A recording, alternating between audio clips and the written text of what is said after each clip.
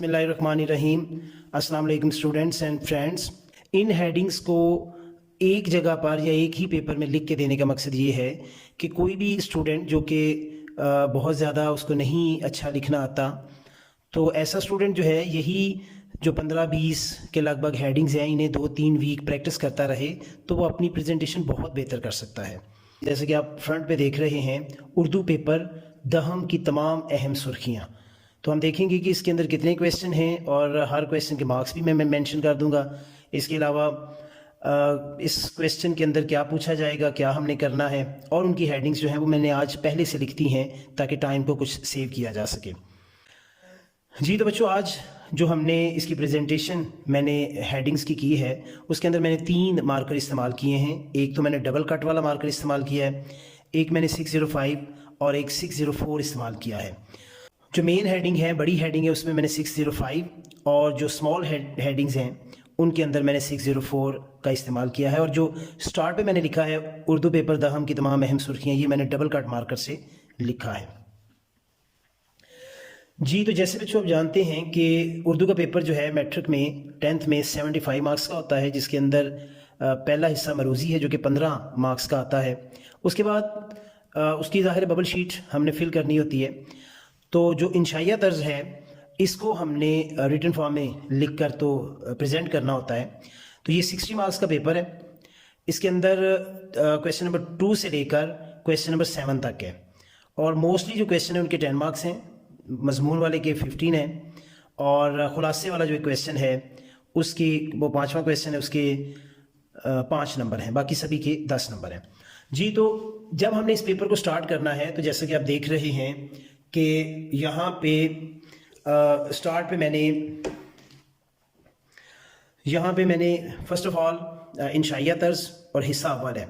उसके बाद question number 2 है, और ये क्वेश्चन नंबर 2 है, इसके अंदर अशार की तशरीह होती है। हिस्सा नज़म एक है जिसमें से 4 में से 3 अशार इसमें से करने होते हैं, और जब नज़म का हमने करना है, उसकी तशरीह वगैरह करनी है, तो उसके कुछ सबसे पहले हमने हवाला शेर, यानी जिस शेर की तशरीह कर रहे हैं, उसके बाद फिर थोड़ी सी मैंने जगह छोड़ी है शायर का नाम, नज़म का नाम, ठीक है, ये हम यहाँ पे लिखेंगे, ठीक है। उसके बाद आ जाता है मफहूम। मफहूम लिखने के बाद 1-2 लाइनों के अंदर आपने मफहूम तहरीर करना है, ठीक है, सेंटर लाइन कर लीजिएगा।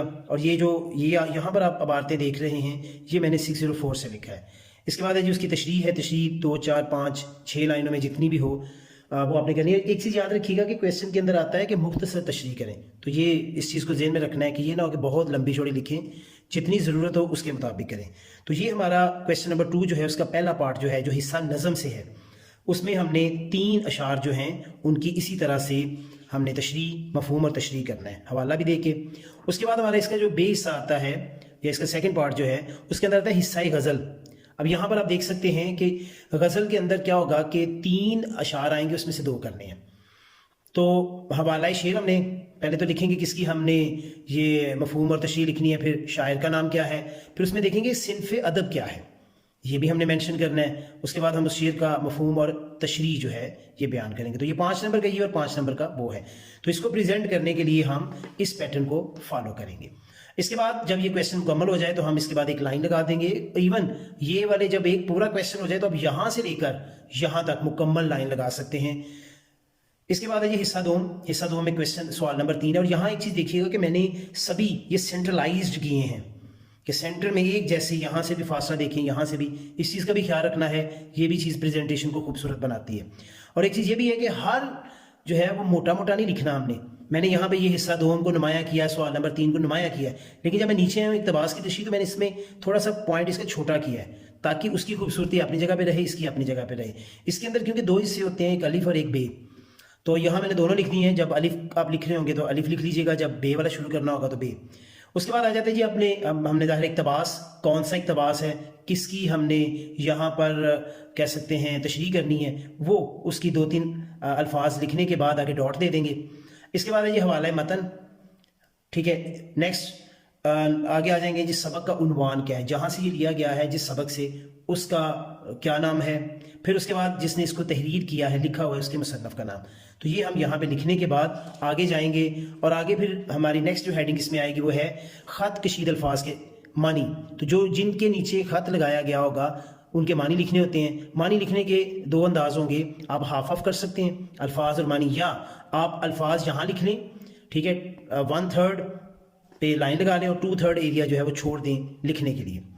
इसके बाद आपने इसी की तशरीह आपने करनी है, और तशरीह करने के बाद ये हमारा क्वेश्चन मुकम्मल हो जाता है। ये हमारा क्वेश्चन जो है ये वाला क्वेश्चन जो है ये 2 इसकी जुज़ें 5-5 नंबर की 10 नंबर का ये क्वेश्चन है। नेक्स्ट हमारा क्वेश्चन नंबर 4 है, जिसमें सवालात के जवाबात हैं। तो सवालात के जो जवाबात हैं ये हमें हिस्सा नज़म और नसर दोनों में से आ सकते हैं, और ये 8 क्वेश्चन आएंगे जिसमें से हमने 5 करने हैं।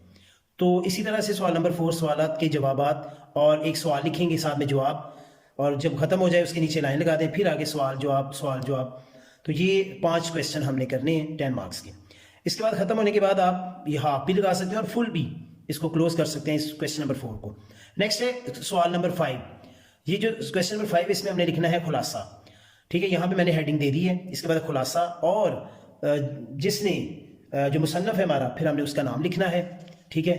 खुलासा किसका है, मुसन्नफ़ का नाम, और फिर उसके बाद हमने उसको, ये 5 नंबर का क्वेश्चन आता है, इसको फिर हमने डिटेल से जो इसका खुलासा है वो लिखना है।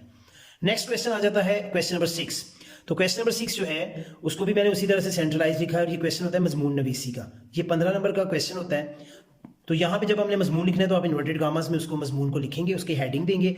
अब क्योंकि यहाँ मैंने हेडिंग इसलिए नहीं दी कि वेरी करता है, पता नहीं कौन सा मजमून आए, दोबारा जो भी आए आपने कोशिश करना है जितनी प्रैक्टिस की हो उसी की पॉइंट्स को जहन में रख के आप लिखिएगा। उसके बाद आपने ये मजमून सारा तहरीर करने के बाद फिर इस क्वेश्चन को क्लोज कर दें, हाफ कर दें या फुल कर दें। लास्ट क्वेश्चन आ जाता है क्वेश्चन सवाल नंबर 7 है, जिसमें तफहीम इबारत है। इस क्वेश्चन के भी 10 मार्क्स हैं। इसके अंदर एक इबारत दी जाती है और उसके बाद सवाल दिए जाएंगे जिनके हमने जवाब देने हैं। तो इसी तरह से हम सवाल लिखेंगे, ऊपर कौन सा है, फिर जवाब लिखेंगे, और अगर हमारे पास वक्त कम हो तो हम सवाल को क्विट भी कर सकते हैं, जस्ट उसकी जुज़ का नंबर दे के जवाब लिख सकते हैं। तो ये हमने जितने भी क्वेश्चन होंगे इनको करना है, और ये 10 मार्क्स का हमारा पेपर है। तो जी बच्चों, ये हमारा उर्दू की कह सकते हैं हमारा जो 60 मार्क्स का सब्जेक्टिव पेपर है, इंशाइया तर्ज है, उसके बारे में मैंने आपको ब्रीफ भी कर दिया। मैंने यहाँ सारी जो है उनकी हेडिंग्स, उनकी तरतीब, उनकी प्रेजेंटेशन यहाँ पे मेंशन कर दी है, ठीक है। आप यहाँ से इसको देख सकते हैं। जी बच्चों, आज का वीडियो आपको कैसा लगा? वीडियो को लाइक करें, शेयर करें और कमेंट ज़रूर दें। इसके अलावा अगर इस चैनल पे आप नए हैं तो इस चैनल को सब्सक्राइब कर लें, ताकि हर आने वाला वीडियो बर वक्त आप तक पहुँच सके। अपना बहुत ख्याल रखिएगा, मुझे दुआओं में याद रखिएगा। अल्लाह हाफिज़।